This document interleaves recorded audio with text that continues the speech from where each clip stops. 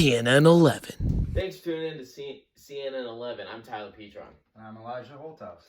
Today we have some very interesting news stories for you today to bring us back to last year and the ending of the infamous World War II. Adolf Hitler, obviously you know, is the leader of Germany at the time.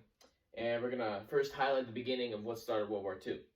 So he is a desperate leader, wanting to make his country come back to the former glory that it had. And his thought to making that happen was to invade Poland.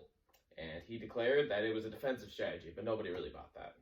That's right, Tyler. Hitler's main motive to conquering Poland was to bring more living space for his precious, perfect Germans.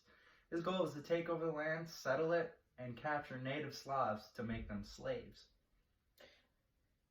And, well, Hitler attacked Poland with his 1.5 million German troops and the famous German Luftwaffe. And the Luftwaffe, the aerial support for the German troops. And after that had finished, he brought in his Blitzkrieg. And kind of took a toll on Poland. For sure. Britain and France worked for 2 years to try and push Germany back. The U.S. supplied Britain with supplies, but it wasn't participating in the war yet. Germany and Japan had thought of a plan to take away the enemy's chances. And their plan was just absolutely horrifying. A day that will live in history. And it's December 7th, 1941. Pearl Harbor sees a surprise attack from Japanese soldiers. And, you know, we saw them on the radar and we thought it was just Allied troops, but it was just a bunch of Japanese kamikazes. That's really all it was. And it started at 7:55 that morning, and it only lasted an hour and 15 minutes. Pretty quick, huh, Elijah? That's a pretty quick fight. This surprise attack consisted of hundreds of Japanese planes firing on the harbor. It destroyed 8 of our U.S. battleships and 300 airplanes. Not only did the warcrafts take a hit, but over 2,400 Americans died in the attack, as well as 1,000 more injured. Absolutely devastating. And so Franklin D. Roosevelt at the time, very angered, obviously, as we all were, declared war, and we joined the Allied troops.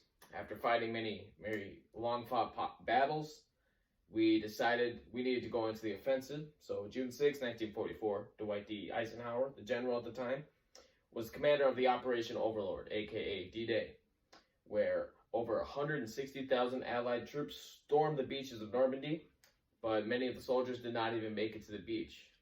Them murder holes were a major problem for the Allies. For sure. German troops shot down enemies with heavy machine guns.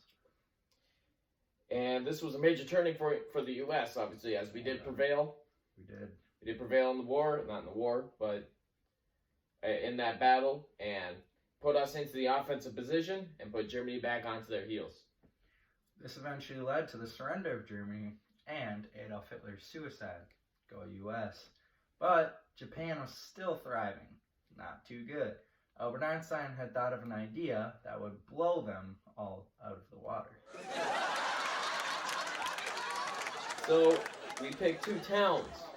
The nuclear bomb, obviously, atomic bomb, that's what we had thought of. And we picked 2 towns, Hiroshima and Nagasaki, to just absolutely destroy. And, well, we flew over them and Done. This technological advancement led to different war strategies and perhaps in the future a nuclear arms race. Obviously, America was not thinking about the innocent people in Japan. We just wanted the war to end, as did we all. And it was taking millions of lives all across the world. And, well, that's exactly what it did. The war ended. Japan surrendered because they did not want any more of that smoke. With the war officially over, we needed to clean up the mess that Germany had created. There's concentration camps where Jewish people, any other people, elderly, we'll get into that. We're being liberated. And so we're going to highlight one liberation, Auschwitz, the most infamous concentration camp. So this brutal camp was responsible for about 1.1 million deaths between 1940 and 1945. It's only a span of 5 years. 5 years? Are you serious? A lot of people killed. Not only was it just Jews, as Tyler had noted, there were also disabled people, gypsies, homosexuals, and blacks. Hitler just wanted his perfect Germans. Well, when the camp was liberated, the captives there and the workers did not even realize it. They were just so focused on getting their work done, not being killed. They worked for another week after that because they had no clue that they were free and ready and free to go back to their normal lives.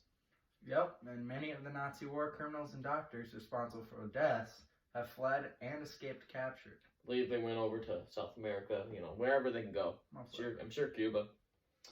And so now let's just hope that, the Maasai and other groups angry and just enraged will bring those Nazi criminals to justice. So in conclusion, World War II was a very long, hard-fought war, and many organizations have been put in place to keep a World War III from happening. It's the last thing we need as a country right now. Thanks for watching and have yourself a wonderful night. I'm Elijah. I'm Tyler Petron. Thanks for tuning in to CNN 11.